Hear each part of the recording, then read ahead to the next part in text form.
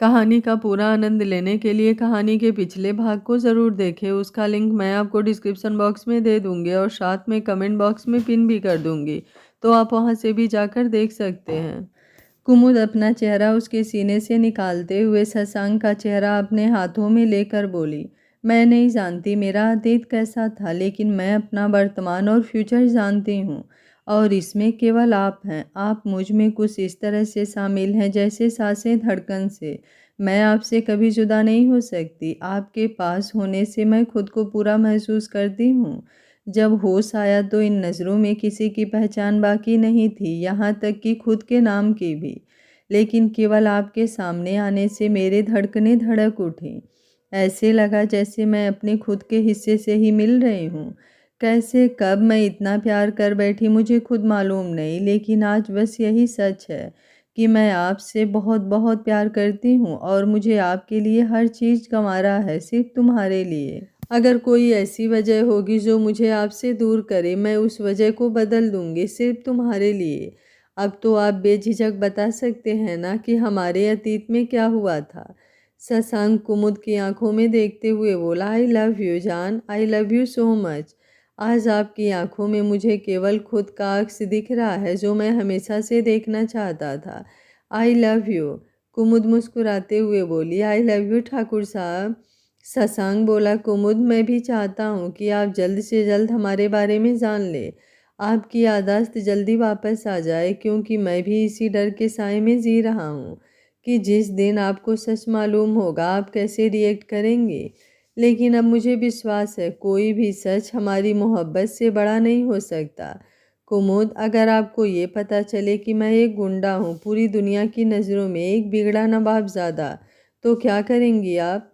कुमुद बोली, आपको पता है ठाकुर साहब, ये दुनिया ना शरीफों को चैन से जीने नहीं देती, इसलिए हमें गुंडा ही बनना पड़ता है। लेकिन इसके साथ बस इतना ही ख्याल रखना पड़ता है कि हम अपनी नज़र में सही हो। दुनिया क्या कहती है उससे ज़्यादा ये मायने रखता है कि हमारा दिल इस बात की गवाही दे कि हमने जो किया वो गलत नहीं है। शशांक बोला, वो तो मैं हूँ, लेकिन ये बताइए कि इस गुंडे की वजह से अगर कभी आपको प्रॉब्लम हुई हो तो? कुमुद बोली, ये तो मैं नहीं मान सकती कि आप मुझे जानबूझकर प्रॉब्लम देंगे, मुझे विश्वास नहीं होता। शशांक बोला, जानबूझकर नहीं, लेकिन अनजाने में ही या किसी मजबूरी में अगर मैंने ऐसा किया हो तो? कुमुद बोली, लेकिन आप मुझे कौन सी प्रॉब्लम देंगे, क्योंकि अगर प्रॉब्लम छोटी होगी तब तो हम उसे जल्दी सॉल्व कर लेंगे, लेकिन अगर प्रॉब्लम बड़ी होगी तो आपको थोड़ा मुझे मनाने की कोशिश करनी होगी। शशांक बोला, आप सोचिए आपको दुनिया में सबसे ज़्यादा दुख किस बात का होगा, मैं ऐसा क्या करूँगा जिससे आप मुझे माफ़ नहीं कर पाएंगे? कुमुद ये बात सुनकर कुछ देर के लिए सोच में डूब जाती है। अचानक उसे कुछ ख्याल आता है और वो हैरानी से अपनी आंखें बड़ी बड़ी करते हुए बोली, ठाकुर साहब, कहीं आपने मेरा रेप तो नहीं किया था? ये सुनते ही शशांक हैरानी के साथ गुस्से से भर जाता है। वो कुमुद को कमर से जोर से पकड़कर, आपको मैं रेपिस्ट लगता हूँ? ये कैसी घटिया बात सोच रही हैं आप? मैं अपनी मोहब्बत का रेप करूँगा? समझती भी हैं ये रेप क्या होता है? कुमुद शशांक की आंखें देखकर थोड़ी देर के लिए डर जाती है। वो हकलाते हुए बोली, वो आपने ही कहा था कि मैं किस बात के लिए माफ़ नहीं करूँगी, इसलिए मैंने ऐसा कहा। शशांक कुमुद को डरता देख खुद को शांत करता है। उसका चेहरा अपने हाथों में लेते हुए बोला, आप इतना ज़्यादा क्यों सोच लेती हैं? मैं आपसे प्यार करता हूँ और उससे भी ज़्यादा रिस्पेक्ट, मेरी मोहब्बत मेरी इबादत है। बिना आपकी मर्जी से मैं कुछ भी ऐसा नहीं करूँगा जिससे आपको तकलीफ़ हो, मैं आपसे नज़रें ना मिला सकूँ। कुमुद बोली, मेरे सवालों का जवाब तो आपने खुद ही दे दिया। जब ऐसा कोई काम ही नहीं करेंगे तो फिर मैं आपसे नफ़रत क्यों करूँगी? शशांक बोला, अगर मेरी वजह से आपके पापा के जान पर बन आई हो, आपके परिवार को तकलीफ़ों का सामना करना पड़ा हो। कुमुद बोली, मैं जानती हूँ आप ऐसा कुछ भी नहीं करेंगे, लेकिन अगर ऐसा कुछ भी अनजाने में ही सही अगर हुआ है तो मुझे गुस्सा तो आएगा, लेकिन अगर आप इतने गलत होते तो मेरे माँ पापा आपको अपना बेटा नहीं मानते, आपको सराखों पर नहीं बिठाते, आप पर इतना भरोसा नहीं करते। अगर आज मेरे माँ पापा आपको इतना पसंद करते हैं तो इसका मतलब है कि अगर ऐसा कुछ हुआ भी है तो वो अनजाने में हुआ है। हो सकता है मैं उन चीज़ों को भूल नहीं पा रही हो, इसलिए आपसे नाराज़ हो। शशांक बोला, तो क्या अगर अब वो बातें याद आएंगी तो अब आप नाराज़ होंगे? कुमुद बोली, अब नाराज़गी के लिए कुछ बचा ही नहीं है। याददाश्त मेरी गई है, मेरे माँ पापा की नहीं, और मैंने उन्हें देखा है वो आपको कितना पसंद करते हैं। जब ये लोग सब कुछ जानते हुए भी आपको एक्सेप्ट किए हैं, इसका मतलब है कि मेरी नफ़रत गलत थी और गलत चीज़ों को पकड़कर नहीं बैठा जाता। शशांक बोला, आप गलत नहीं थी, हाँ शायद मेरी मोहब्बत के एहसास से रूबरू नहीं हुई थी। कुमुद शशांक के कंधे पर अपना सर रखते हुए बोली, अब मुझे बहुत नींद आ रही है, बाकी बातें कल सुनूंगी। लेकिन अब कोई पहेली नहीं, आप साफ साफ जो जो हुआ है वो मुझे बताएंगे। शशांक उसे अच्छे से अपनी गोद में सुलाते हुए बोला, बिल्कुल, अब मुझे कोई डर नहीं, क्योंकि अब मुझे पता है कि अब चाहे जो भी हो, कुमुद शशांक की हो चुकी है, हमारी जान एक दूसरे में है, आप कभी मुझसे दूर नहीं जाएंगी। कुमुद कुछ देर में ही गहरी नींद में सो जाती है। शशांक उसके चाँद से चेहरे को देखते हुए उसके माथे को चूम लेता है। आज उसे अपना दिल हल्का सा महसूस हो रहा था। वो ऊपर आसमान की तरफ देखते हुए बोला, थैंक यू भगवान, शायद आप जो करते हैं उसी में सबकी भलाई छुपी होती है। आप अपनी कृपा इसी तरह बनाए रखना, हमारी मोहब्बत सदियों सदियों तक ऐसे ही चलती रहे, चाहे जितना जन्म लेना पड़े, लेकिन हर जन्म में हम दोनों एक दूसरे के रहें। शायद ऊपर वाले ने भी शशांक के दिल की बातें सुन ली थी और वो मुस्कुरा उठा था। पूरे आसमान में काली घटाएं घिरने लगी, जो हल्की हल्की हवा थी वो थोड़ी तेज हो गई थी। शशांक कुमुद को धीरे से गोद में उठाए खड़ा होता है। हवा के झोंके कुमुद के चेहरे पर उसके सारे बालों को बिखेर रहे थे। शशांक उसे लेकर नीचे अपने कमरे की तरफ बढ़ जाता है। कमरे में आकर धीरे से उसे बेड पर लिटाता है, लेकिन कुमुद ने उसकी टी शर्ट को अपनी मुट्ठी में जोर से पकड़ा हुआ था। शशांक धीरे से उसके हाथ को छुड़ाकर बेड पर रखता है। इसके बाद कमरे का दरवाज़ा लॉक करके खिड़कियों पर लगे पर्दे बांधकर एक तरफ कर देता है। बाहर हल्की हल्की बूंदाबांदी शुरू हो गई थी, जिससे ठंडी हवा के झोंके पूरे कमरे में फैल रहे थे। शशांक कुमुद को बाहों में भरकर लेट जाता है। कुमुद उसके सीने से लगकर सुकून से सो रही थी। शशांक के तो जैसे सारे ख्वाब सच हो रहे थे। वो उसके चेहरे को देखते हुए थोड़ी देर में वो भी नींद में चला जाता है। अगली सुबह सभी लोग उठकर ब्रेकफास्ट के लिए आ गए थे, लेकिन शशांक और कुमुद अभी भी गहरी नींद में सोए हुए थे। सुभद्रा जी बोली, कुमुद कहाँ है? कुसुम बोली, पता नहीं माँ, कल रात तो शशांक जी के साथ छत पर थी, फिर मुझे नींद आ गई, लेकिन सुबह वो बेड पर नहीं थी। तभी अनुज अंदर आते हुए सबको गुड मॉर्निंग विश करता है। सुनील जी बोले, बेटा शशांक कहाँ है? अनुज बोला, उसके कमरे का दरवाज़ा तो बंद था, शायद वो सो रहा है, इसलिए जगाया नहीं। वैसे इतनी देर तक तो सोता नहीं है, लेकिन मैंने सोचा कि शायद इधर कई दिनों से स्ट्रेस में था, हॉस्पिटल में भी सही से सोया नहीं होगा, इसलिए मैंने सोने दिया। सभी एक दूसरे का मुंह देखने लगे। अनुज सबके चेहरे पर परेशानी देख, क्यों, कुछ हुआ है क्या? कुसुम बोली, अनुज जी, कुमुद भी यहाँ नहीं है, कल रात को शशांक जी के साथ थी। अनुज मुस्कुराते हुए बोला, अच्छा, तभी मैं कहूँ कि आज इतनी देर तक क्यों सो रहा है, शायद भाभी उसके साथ ही हैं। सुभद्रा जी बोली, लेकिन किसी को पता चल गया तो लोग कितनी बातें बनाने लगेंगे, इस फ्लैट में 2 परिवार और रहते हैं। अनुज सुभद्रा जी को चेयर पर बैठाते हुए बोला, इतना परेशान मत होइए माँ, आप शशांक को जानती हैं ना, और अपनी बेटी को भी। और दूसरी बात, वो दोनों पति पत्नी हैं, चाहे भाभी को कुछ याद नहीं, लेकिन हमें तो पता है ना, तो फिर क्या गलत है? सुनील जी बोले, हम भी मानते हैं बेटा कि वे दोनों पति पत्नी हैं, लेकिन ये दुनिया भी नहीं जानती, और हमारे समाज को आप तो जानते ही हैं। अनुज बोला, वैसे मैं एक बात आप लोगों से कहने वाला था, अच्छा हुआ कि अभी मौका है। सुनील जी बोले, कैसी बात? अनुज बोला, पापा, मैं सोच रहा था कि हमारी शादी के साथ ही शशांक और भाभी की शादी भी हो जाती तो अच्छा होता। सुभद्रा जी सोचते हुए बोली, बात तो आपकी सही है, आखिर कब तक हम दुनिया वालों से इन दोनों के रिश्तों की सच्चाई छुपाएंगे? सुनील जी थोड़ा बेचैन होते हुए बोले, लेकिन एक साथ दोनों बेटियों को विदा कैसे करूँगा? मैम, मेरा घर तो खाली हो जाएगा। अनुज बोला, ऐसा कुछ भी नहीं होगा, मैं तो हमेशा शशांक के साथ ही रहता हूँ, और शशांक की फैमिली के बारे में आप जानते हैं, वो कभी भाभी को लेकर वहाँ नहीं रहेगा। एक बात और, ये सामने वाली बिल्डिंग वो शशांक ने पहले ही खरीद ली है, इसलिए चिंता मत कीजिए, हम सभी लोग एक साथ रहेंगे। सुनील जी बोले, लेकिन कन्यादान करने के बाद हम दामाद के यहाँ कैसे रहेंगे? अनुज बोला, दामाद के यहाँ नहीं, अपने बेटे के यहाँ, और वो भी पूरे हक से।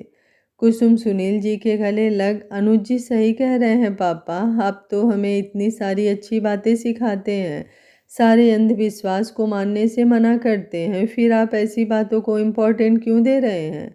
बेटियां कोई दान की वस्तु नहीं होती, और आप भी कहते हैं ना, हर इंसान को ये आज़ादी है कि वो अपने ऊपर किसका हक चाहता है, और मैं चाहती हूँ मेरे ससुराल वाले और मेरे मम्मी पापा भी हमेशा मुझ पर हक जताएं।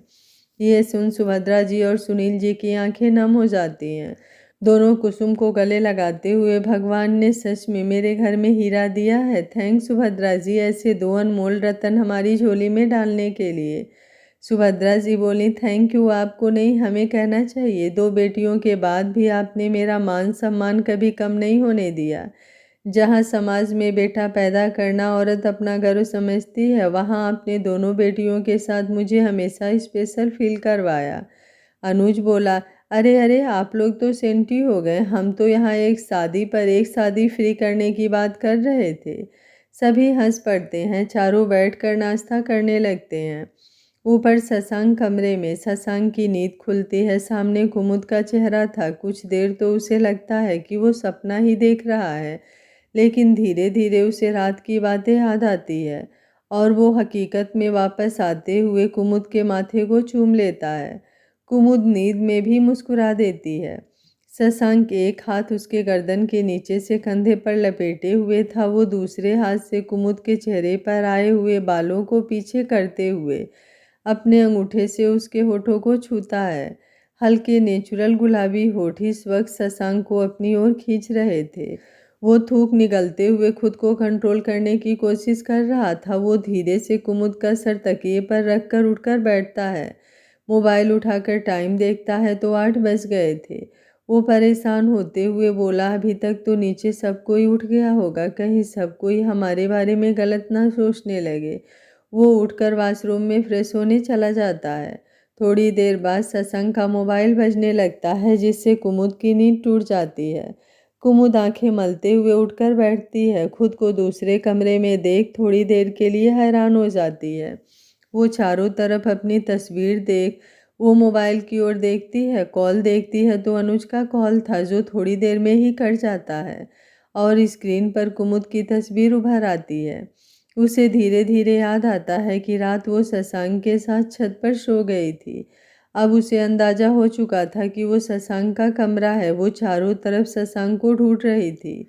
तभी बाथरूम का दरवाज़ा खोल शशांक बाहर आता है। इस वक्त उसने कमर में तौलिया लपेट रखा था। माथे के पानी को हाथों से झाड़ते हुए उसकी नज़र कुमुद पर जाती है। कुमुद उसे देख थोड़ा झेपते हुए बेड से उतर कर, आपने मुझे जगाया क्यों नहीं? शशांक उसके करीब आते हुए, मैं तो खुद आज लेट उठा हूँ। कुमुद बोली, कोई बात नहीं, आप तैयार होइए, मैं नीचे जा रही हूँ। शशांक अपने दोनों बाहें उसकी कमर में लपेटते हुए बोला, घबराने की ज़रूरत नहीं है, कोई कुछ नहीं कहेगा। कुमुद बड़बड़ाते हुए बोली, कोई कुछ कहे या ना कहे, माताश्री तो ज़रूर मेरी टांगें तोड़ देंगी। शशांक उसके करीब होने से उसकी बड़बड़ाहट अच्छे से सुन पा रहा था। वो मुस्कुराते हुए उसके माथे को चूम कर बोला, अगर कोई कुछ कहे तो आप सारा दोष मुझ पर डाल दीजिएगा। चलिए जल्दी से फ्रेश हो जाइए, सुबह नाश्ता करके दवा भी लेना है। कुमुद बोली, आप भी जल्दी से तैयार होकर आ जाइए, ऑफिस जाना होगा आपको ना। शशांक बोला, आ रहा हूँ। कुमुद कमरे से बाहर आती है। अनुज ऊपर आ रहा था। कुमुद उसे देखकर गुड मॉर्निंग विश करती है। अनुज मुस्कुराते हुए बोला, गुड मॉर्निंग। कुमुद बोली, जीजू नीचे माताश्री का दिमाग कैसा है? अनुज हंसते हुए बोला, बहुत गर्म है, मैंने ठंडा करने की कोशिश की, लेकिन वो लोग कुछ सुनने को तैयार ही नहीं है। कुमुद मुंह बनाते हुए बोली, जीजू आपको मेरी हालत पर हंसी आ रही है, भूलिए मत आपके फ़ोन से दी पर फ़ोन आया था, इसलिए मैं छत पर गई थी और वहीं पर सो गई थी। मैं नीचे जाकर सबको बता दूंगी। अनुज बोला, ये तो बिल्कुल गलत बात है, मुझ मासूम पर इतना बड़ा जुल्म कैसे कर सकती हैं। कुमुद नीचे की तरफ भागते हुए बोली, चिंता मत कीजिए, माता श्री के डंडे आपको नहीं पड़ेंगे। अनुज जोर जोर से हंसने लगता है। तभी शशांक बाहर आते हुए बोला, तुझे क्या हुआ, किसी पागल कुत्ते ने काट लिया क्या। अनुज बोला, मुझे नहीं बेटा जी, आपको काटा है जो इतनी देर तक भाभी के साथ सो रहे थे। शशांक झेपते हुए बोला, ज़्यादा दिमाग चलाने की ज़रूरत नहीं है, वो छत पर सो गई थी इसलिए लेकर आ गया था। अनुज मुस्कुराते हुए बोला, मैं तो कहाँ कुछ कह रहा हूँ, वैसे नींद तो अच्छी आई ना। शशांक सीढ़ियों की तरफ बढ़ते हुए बोला, क्यों नहीं आएगी, आखिर अपने बीबी के साथ जो था।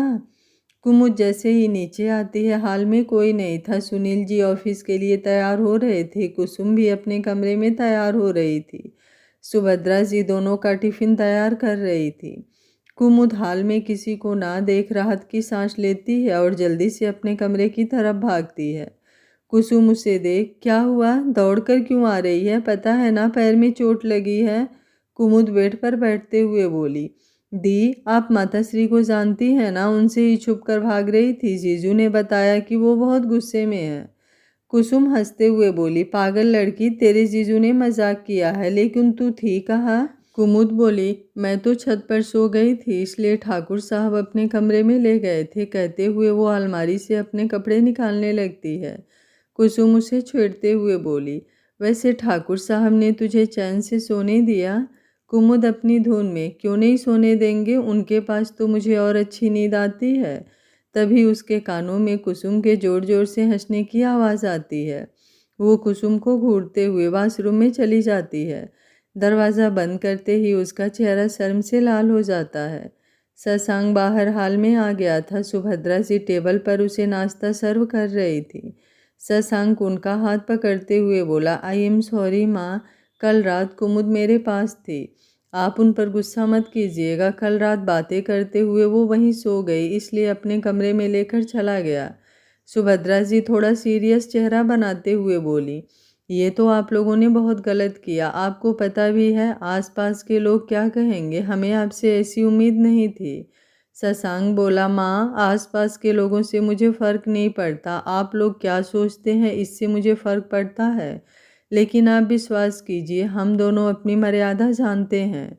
तभी सुनील जी बाहर आते हुए बोले, क्यों बच्चे को इतना डरा रही हैं आप। फिर वो शशांक के कंधे पर हाथ रखते हुए बोले, हमें आप पर विश्वास है और अपनी बेटी पर भी। एक बात और, वो आपकी पत्नी है, भले ही ये बात वो नहीं जानती, लेकिन आप और हम तो जानते हैं। सुभद्रा जी मुस्कुराते हुए बोली, वैसे मैं देखना चाहती थी कि आप क्या जवाब देते हैं, लेकिन मुझे अच्छा लगा। वैसे हमने एक फ़ैसला किया है। शशांक कन्फ्यूज नज़रों से सुभद्रा जी और सुनील जी को देखता है। सुभद्रा जी बोली, हमने सोचा है कि अनुज और कुसुम के साथ आपकी और कुमुद की भी शादी हो जाए।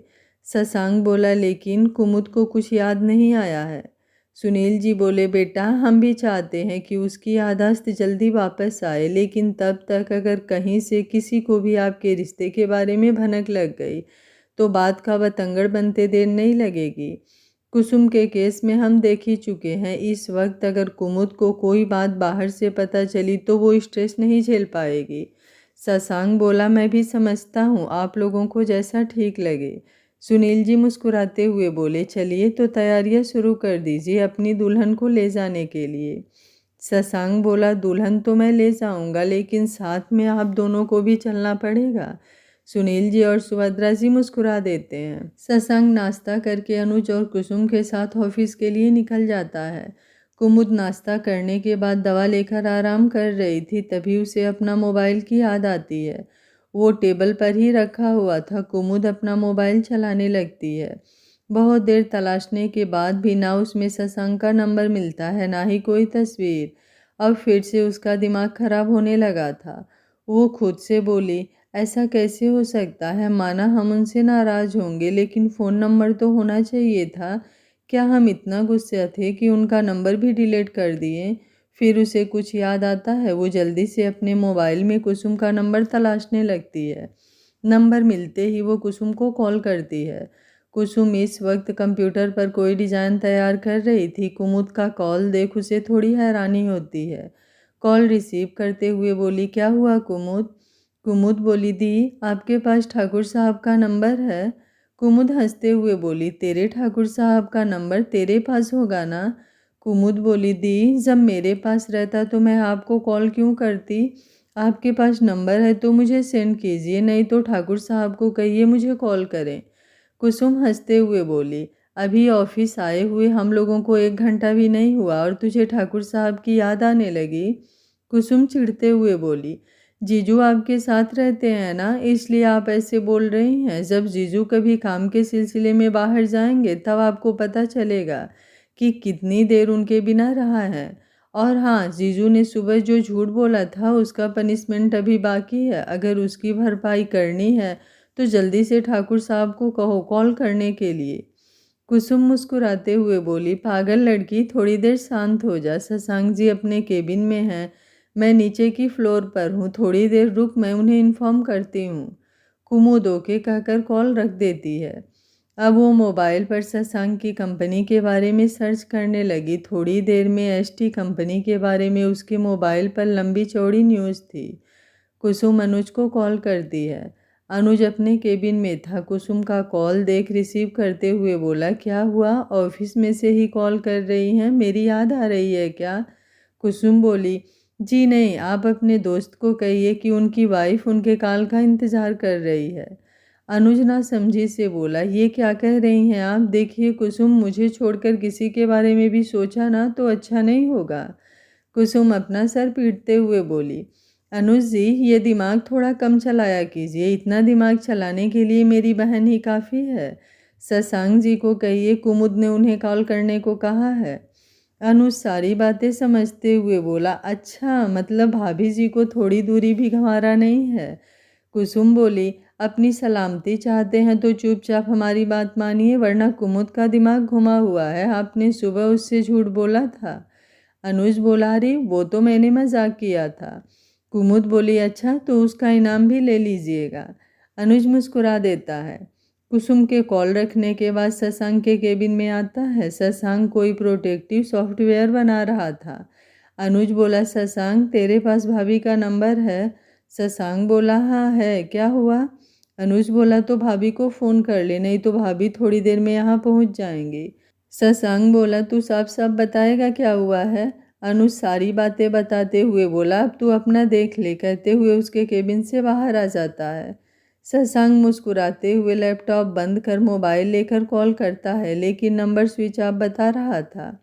तभी उसे याद आता है कि वो मोबाइल कुमुद के एक्सीडेंट में टूट गया था, जो शादी के बाद उसने लाकर दिया था। वो मोबाइल पर कुछ करने के बाद कुमुद का पुराना नंबर निकाल लेता है, फिर उस पर कॉल करता है। कुमुद नंबर से कॉल आता देख जल्दी से रिसीव करती है।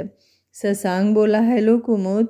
कुमुद बोली, ठाकुर साहब। शशांक बोला, हाँ बोलिए। कुमुद बोली, इतनी देर लगता है कॉल करने में? शशांक मुस्कुराते हुए बोला, वो थोड़ा काम में बिजी था। कुमुद बोली, ओके सॉरी आपको डिस्टर्ब किया, लेकिन जब मैं अपना मोबाइल चला रही थी तो आपका नंबर नहीं मिल रहा था। ठाकुर साहब, क्या सच में मैं बहुत ज़्यादा आपसे नाराज़ थी जो मैंने आपका नंबर तक डिलीट कर दिया? शशांक बोला, कुमुद ऐसी कोई बात नहीं है, आपको कहा था ना कुछ भी उल्टा सीधा नहीं सोचने को। और रही बात मेरे नंबर की, तो मेरा नंबर आपके दूसरे मोबाइल में था जो एक्सीडेंट में टूट गया। एविडेंस के तौर पर पुलिस के पास जमा है, मेरा ध्यान ही नहीं गया था, मैं आज ही वो सिम मंगवा लूँगा। कुमुद बोली, अच्छा तभी मैं कहूँ ऐसा कैसे हो सकता है। अच्छा अब अपना काम कीजिए, मुझे भी थोड़ी पढ़ाई की शुरुआत करनी होगी। वैसे आपकी कंपनी इंडिया से लेकर विदेश तक अपना नाम कमा रही है। शशांक बोला, आपको कैसे पता? कुमुद बोली, अभी आपके बारे में ही सर्च कर रही थी। ये सुनते ही शशांक के चेहरे का रंग उड़ जाता है। वो घबराते हुए बोला, कुमुद प्लीज स्टॉप, मैंने कहा था ना सब चीज़ आपको बताऊंगा, लेकिन आप इस तरह कुछ भी सर्च मत कीजिए। आपको मेरी कसम है जान, जो आप मेरे बारे में कुछ भी सर्च किया तो। कुमुद बोली, ये क्या बात हुई, इसमें कसम देने की क्या बात है, नहीं करूँगी सर्च, आप परेशान मत होइए। और इतना घबराने की कोई ज़रूरत नहीं है, मैंने कोई स्ट्रेस नहीं लिया है। शशांक खुद को शांत करने की कोशिश करते हुए बोला। अच्छा, आपने दवा ली? कुमुद बोली। हाँ। शशांक बोला, वैसे माँ पापा ने आपको कुछ बताया? कुमुद बोली, नहीं तो, मुझे तो कुछ नहीं पता, कुछ हुआ है क्या? शशांक बोला, हमारी शादी तय हो गई है। कुमुद चिल्लाते हुए बोली, कब? और किसी ने मुझे बताया क्यों नहीं? आपने भी नहीं बताया? शशांक हंसते हुए बोला, रिलैक्स जान, बस आज सुबह नाश्ते के वक्त ही बात हुई है। आप खुश तो हैं ना? कुमुद बोली, बहुत बहुत बहुत खुश हूँ, काश इस वक्त आप मेरे सामने होते। शशांक बोला, बस शाम तक इंतजार कर लीजिए, बंदा हाजिर हो जाएगा। कुमुद मुस्कुराते हुए बोली, क्या तारीख पक्की हो गई है? शशांक बोला, भी पूरा फिक्स नहीं है, लेकिन उन्होंने कहा है कि अनुज और कुसुम के शादी के डेट पर ही हमारी भी शादी करने का सोच रहे हैं। कुमुद बोली, नहीं नहीं, मैं दी की शादी एंजॉय कैसे करूँगी? शशांक बोला, अच्छा ठीक है, मैं घर आऊँगा तो इस बारे में बात कर लूँगा। अभी आप आराम कीजिए और कुछ भी स्ट्रेस लेने की ज़रूरत नहीं है। कॉल रखने के बाद कुमुद शशांक का नंबर ठाकुर साहब के नाम से सेव करती है। शशांक कुछ देर कुमुद के ख्यालों में डूबने के बाद फिर से अपने काम में जुट जाता है। आज का दिन इसी तरह कट जाता है। रात के वक्त फिर से कुमुद शशांक की बाहों में थी। वे दोनों छत पर बैठे हुए आसमान में चमकते चांद को देख रहे थे। शशांक कुमुद को अपने बारे में सारी बातें बताता है, लेकिन अपनी शादी और अपने डैड द्वारा ब्लैकमेलिंग के वीडियो के बारे में कुछ नहीं बताता। कुमुद फिर से उसकी बाहों में सो गई थी और वो उसे लेकर कमरे में आ गया था। सब कुछ अब ठीक चल रहा था। एक दिन शशांक ने अपनी दादी से कुमुद का बात भी कराया। कुमुद उनसे बात करके बहुत खुश थी। अब वो कुछ भी पुरानी बातें नहीं सोचती थी, क्योंकि अब सोचने के लिए कुछ नहीं था। लगभग सारी चीज़ें अब उसे पता थी। याद तो अभी भी कुछ नहीं आया था, लेकिन अब कोई चिंता की बात नहीं थी। सभी लोग अब शादी की तैयारियों में जोर शोर से जुट गए थे। अनुज और कुसुम दोनों दुल्हन का लहंगा डिजाइन कर रहे थे और दोनों की शेरवानी भी। शशांक तो मुंबई से बेस्ट डिज़ाइनर बुलवाना चाहता था, लेकिन अनुज चाहता था कि वो अपने शादी का जोड़ा खुद तैयार करे। सुभद्रा जी हर दिन शाम को सबको लेकर शॉपिंग करने जाती। बाकी फंक्शन के लिए कपड़े, गहने और भी ज़रूरी सामान खरीदते खरीदते सारा समय गुजर रहा था। अनुज के मम्मी पापा भी समय निकाल कर उनके साथ ही मार्केटिंग कर रहे थे। सुनील जी ने 1 हफ्ते की छुट्टी अप्लाई कर दी थी। कुमुद अभी कॉलेज नहीं जा रही थी। हर 2 दिन पर शशांक और सुनील जी उसे लेकर हॉस्पिटल जाते। उसके घाव की अच्छी से ड्रेसिंग हो रही थी, जिससे जख्म भरने लगे थे। शशांक पूरी दवा टाइम से खिलाता, नहीं तो फ़ोन करके याद दिला देता। इसी बीच एक दिन शशांक ने एक प्लानिंग के तहत पुलिस को अरुण के बारे में इन्फॉर्म किया और अरुण को छोड़ दिया, और इसी चक्कर में उसका एनकाउंटर हो गया, जो पूरी तरह से शशांक का प्लान था। अरुण की ऑन द स्पॉट ही मौत हो गई। शैलजा तो पागल हो गई थी। उसे पूरा शक था कि ये सब शशांक ने किया है, लेकिन शशांक ने इतनी सफाई से सारे प्लानिंग को अंजाम दिया था कि किसी को कुछ पता ही नहीं चला। उसने एक्सीडेंट के समय ही पुलिस को बता दिया था कि उसे अपनी फैमिली पर शक है, और जब अरुण के खिलाफ सबूत हाथ लगे तो उसने पुलिस को भी दे दिया। अरुण को टॉर्चर करने के बाद जब उसकी हालत खराब होने लगी तो अपने आदमियों से कहकर जानबूझकर उसे पूरी तरह से खोल दिया, और अरुण उसके जाल से अनजान जैसे ही वहां से भागा, पुलिस के हाथों से ख़त्म करवा दिया। क्योंकि उसे पता था ऐसे लोग 2 मुँहे सांप की तरह होते हैं, किसी भी वक्त डस सकते हैं। अब तो कुमुद उसकी ज़िंदगी में आ गई थी। वो अब कोई भी बात गुस्से में होश खोकर नहीं, बल्कि पूरे दिमाग से करता था। एक बार वो इन सारी चीज़ों का अंजाम भुगत चुका था। अब वो ऐसा कोई काम नहीं करना चाहता था जिससे उसके दामन पर दाग लगे और उसकी कुमुद उससे दूर हो जाए। शादी के दिन बहुत नज़दीक आ गए थे। 2 दिन बाद ही हल्दी की रस्म होने वाली थी। वैसे तो ये लोग गांव के थे, जिस कारण से यहाँ दूल्हे और दुल्हन को 5 या 7 दिन उपटन लगाने की रस्म होती है। इसलिए सुनील जी अगले दिन सबको लेकर गांव जाने वाले थे। आस पड़ोस के लोगों को भी इनवाइट किया था। बहुत सारे उनके ऑफिस के दोस्त भी थे। शशांक और अनुज को देखकर पहले तो उस फ्लैट में रहने वाले और अगल बगल के लोग धीरे धीरे बात बनाना शुरू कर चुके थे। इसी बीच उस फ्लैट में रहने वाले एक फैमिली की बेटी ने एक दिन छत पर शशांक और कुमुद को साथ में देख लिया था। लेकिन इससे पहले बात फैलती सुनील जी ने सबको इनविटेशन कार्ड बांट दिया था। शशांक की सारी रस्में अनुज के यहाँ से होने वाली थी, लेकिन ये बात सुनील जी से और सुभद्रा जी को उतनी अच्छी नहीं लग रही थी। एक माँ बाप होने के नाते वो भी एक माँ बाप के सपने, उनकी तकलीफ सारी बात समझते थे। इसलिए उन्होंने गांव जाने से पहले डिनर के बाद शशांक और अनुज को बैठाकर इस बारे में बात की। शशांक बोला, आप सारी बात जानते हैं, वो लोग कभी तैयार नहीं होंगे, और अगर तैयार भी हो गए तो ज़रूर उनके मन में कुछ घटिया प्लान बन रहा होगा। कुमुद ये सुन हैरान हो गई। उसे लगा था कि शायद शशांक की अपने माँ बाप से उतना ज़्यादा नहीं बनती, लेकिन इस तरह शादी के बारे में कुछ भी नहीं बताना, ये सब उसे खटकने लगा था। सुनील जी बोले, कुमुद, कुसुम, आप दोनों कमरे में जाइए। दोनों अपने पापा की बात मानते हुए कमरे में चली गईं। कुसुम तो सारी बात समझती ही थी। उसे पता था कि वो लोग कुमुद के सामने ऐसी कोई बात नहीं करना चाहते, इसलिए वो भी कमरे में आकर कुमुद को अपनी बातों में उलझाने लगी।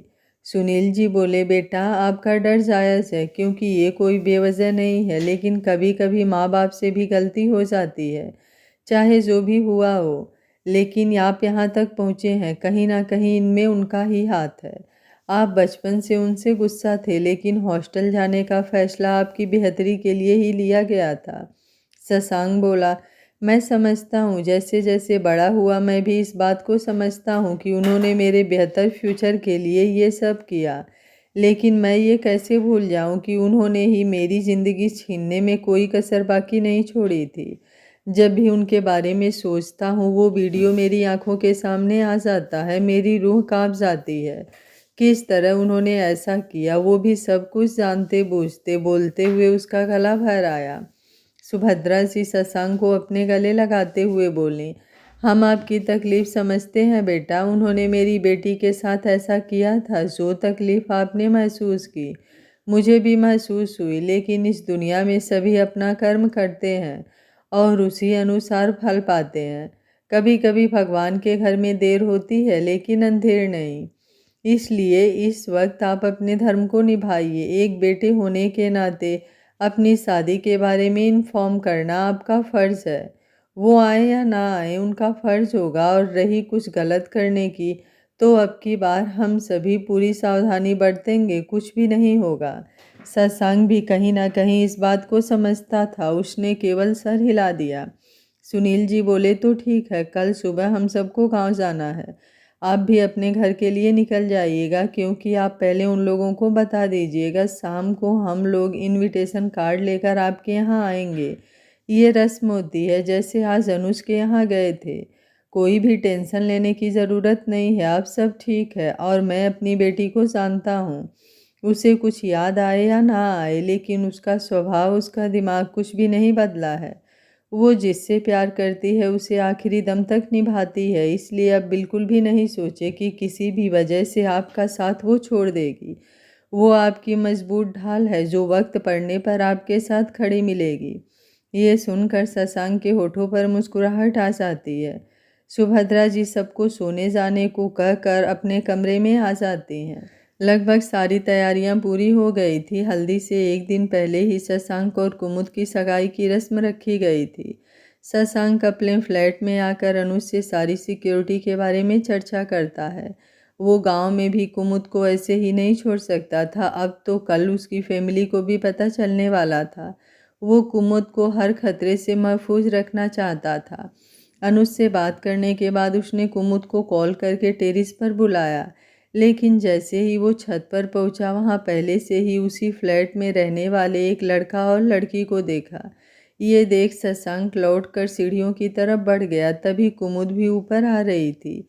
वो कुमुद को बाहों में उठाकर अपने कमरे में बढ़ गया। कुमुद उसे हैरानी से देखे जा रही थी। जब तक उसे समझ आया वो शशांक के कमरे में थी। शशांक उसे बेड पर बैठाते हुए बोला, छत पर कोई है। कुमुद बोला, कौन है? शशांक बोला, मैंने ध्यान नहीं दिया, लेकिन एक लड़का और एक लड़की थे। दोनों बेहद करीब थे, इसलिए मैं सीढ़ियों पर से ही लौट आया। कुमुद गुस्से से बोली, कहीं वो वही लड़की तो नहीं थी जिसने हमारे बारे में सबको बताया था? छोड़ूंगी नहीं उसे। वो अपना मोबाइल निकालते हुए बोली, मैं आज ही उसकी 2-4 फोटो खींच कर पूरी नेट पर डाल दूंगी। शशांक उसका हाथ पकड़कर मोबाइल लेकर टेबल रखते हुए बोला, जब हम वही करेंगे जो उसने किया तो हम में और उसमें क्या फ़र्क रह जाएगा? उन्होंने जो किया वो उनकी सोच थी, लेकिन हम इस तरह करके उनकी तरह तो नहीं बन सकते ना। कुमुद बोली, आपकी बात सही है, लेकिन आपको पता है उस दिन उसकी माँ ने मेरी माँ से क्या कहा था? मेरी माँ सब्जी लेने के लिए नीचे गई तो वो ताने मारते हुए कह रही थी, बेटियों को इतनी छूट नहीं देनी चाहिए कि वो शादी से पहले ही नाती पोते दे दें। मैं माँ के पीछे थी जिससे मैंने उनकी बातें सुन ली। पहले तो मुझे उनकी बातें समझ नहीं आई, लेकिन आसपास की सारी औरतें मुंह दबाकर हंसते हुए मेरी मम्मी को देख रही थी, तो मुझे समझ आया कि इन्होंने ज़रूर मेरे माँ को ही कुछ कहा है। मैं तो उसी वक्त उनका मुंह तोड़ देती, लेकिन मेरी माँ ने क्या बढ़िया जवाब दिया था, उसको सुनते ही मेरा गुस्सा फुर से उड़ गया। शशांक उसे बाहों में लेकर लेटते हुए बोला, क्या कहा था माँ ने? कुमुद बोली, माँ ने कहा कि अगर उनकी बेटियां नाती पोते देती भी हैं तो वो उनके दामाद का ही होगा, उन लोगों की तरह नहीं जिसे शादी के बाद भी पता ही नहीं कि उसके बच्चे का बाप कौन है। शशांक उसके सर को चूमते हुए बोला, लेकिन माँ ने ऐसा क्यों कहा और उन लोगों ने आगे कुछ भी नहीं कहा? कुमुद मुस्कुराते हुए बोली, मुझे भी ये बात अजीब लगी कि वो सब अपना सर नीचे किए अपने अपने घर में घुस गए। माँ के आने पर मैंने पूछा कि ऐसा क्यों हुआ, तो उन्होंने ज़्यादा तो नहीं लेकिन बताया कि ये जो औरत थी इसका अफेयर यहाँ पर कई लोगों से है। शशांक कुमुद के मुंह पर हाथ रखते हुए बोला, अब इस बारे में कोई बात नहीं, हमें उन लोगों की लाइफ से कोई लेना देना नहीं है। कुमुद उसकी हथेली को चूम कर थोड़ा दांतों से काटते हुए बोली, मुझे भी उन लोगों की लाइफ में कोई इंटरेस्ट नहीं है। शशांक अपनी हथेली को खुद के होठों से लगाते हुए बोला, बस 1 हफ्ते, फिर आपकी सारी शैतानियों का बदला लूँगा। कुमुद शर्माते हुए उसके सीने में अपना चेहरा छुपा लिया। थोड़ी देर बाद कुमुद बोली, ठाकुर साहब, आपने मुझे सारी बातें तो बताई, लेकिन आप अपने मम्मी पापा से इतने नाराज़ हैं, ये क्यों नहीं बताया? क्या वे लोग मुझे नहीं अपनाएंगे? शशांक उसकी आंखों में देखते हुए बोली, मुझे नहीं पता वे लोग क्या करेंगे, लेकिन मैं इतना जानता हूँ, मैं आपके बिना नहीं रह सकता। अब आप सोच लीजिए कि क्या आप मुझे अपनाएंगी? एक तरह से मैं अनाथ हूँ, वैसे माँ बाप होने का कोई मतलब नहीं है। कुमुद जल्दी से उसके होठों को धीरे से चूम लेती है। शशांक हैरान रह जाता है। कुमुद बोली, आप अनाथ नहीं हैं, सब हैं आपके पास। अगर कोई और ना भी रहे तो भी मैं हूँ हमेशा आपके पास। जब भी इस दिल से एक आवाज़ लगाएंगे मैं आपके सामने मिलूंगी। मुझे दुनिया से कोई फ़र्क नहीं पड़ता, बस आप मेरे साथ रहें, मेरे पास रहें। शशांक कुमुद को अपने बाहों में लिए उसके ऊपर आते हुए बोला, कितने पास जान? इस वक्त उसकी आवाज़ बेहद ही मनमोहक थी, एक मैग्नेटिक आवाज़ जिसे सुनते ही कुमुद का अंग अंग झंझना उठा। वो शशांक की आगोश में सिमट गई। शशांक उसके होठों पर झुकते हुए, बोलिए ना जान। कुमुद ने जैसे ही कुछ बोलने के लिए अपने होठ खोले, उससे पहले ही शशांक ने उसकी बोलती बंद कर दी। कुमुद की नज़रें शशांक की नज़रों से उलझ चुकी थी। इस वक्त शशांक की आंखों में नशा छा गया था। कुमुद का इस तरह उसके करीब आना उसकी मोहब्बत को एक कदम बढ़ा चुका था, जिसे इतने दिन से कंट्रोल कर रहा था वो।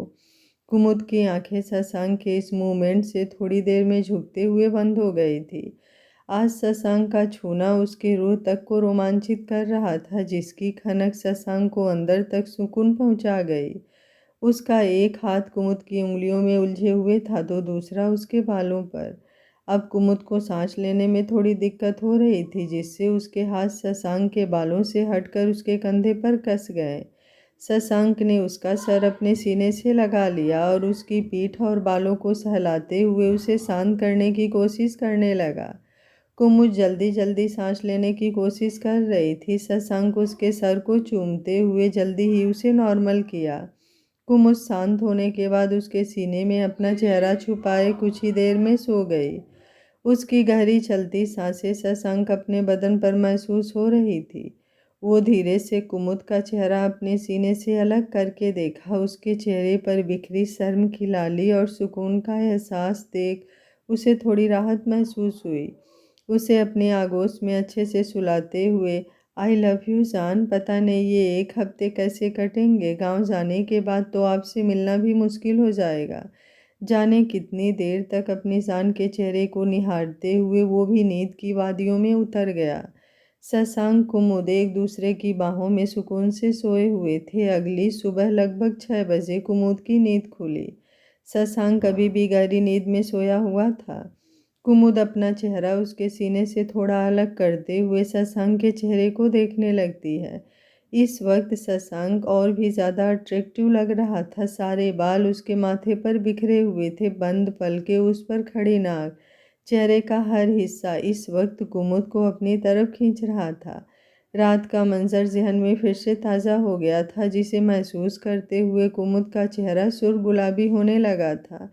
वो धीरे से अपनी हथेलियों को शशांक के गालों पर रखते हुए थोड़ा सा ऊपर होकर उसके माथे को चूम लेती है।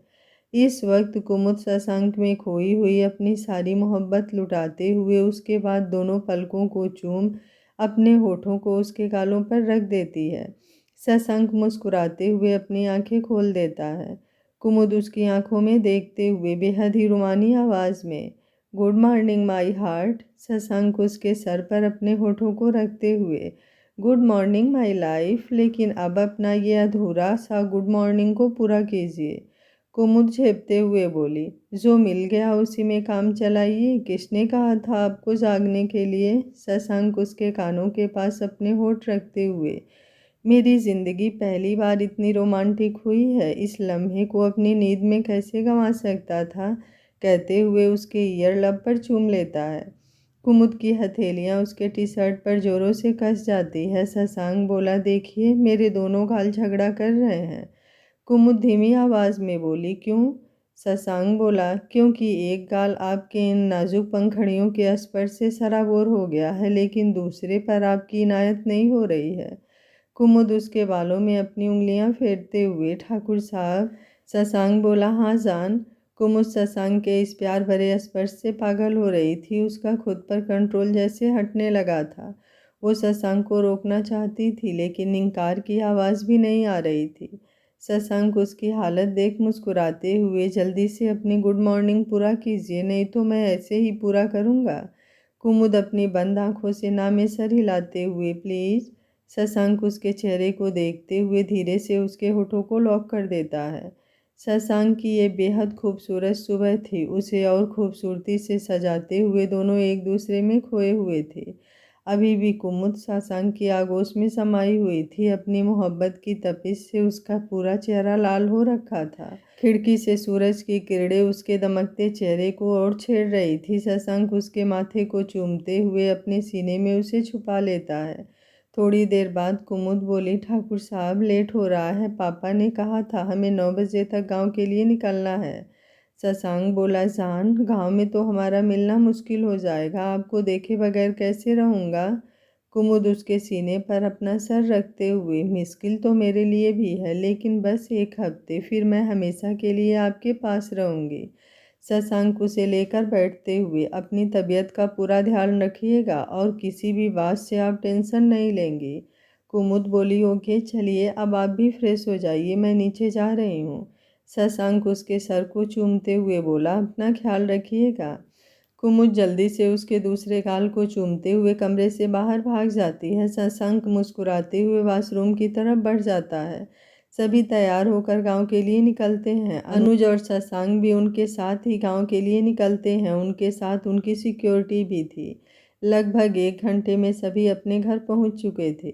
सुनील जी अपनी फैमिली के साथ अपने घर आ गए थे।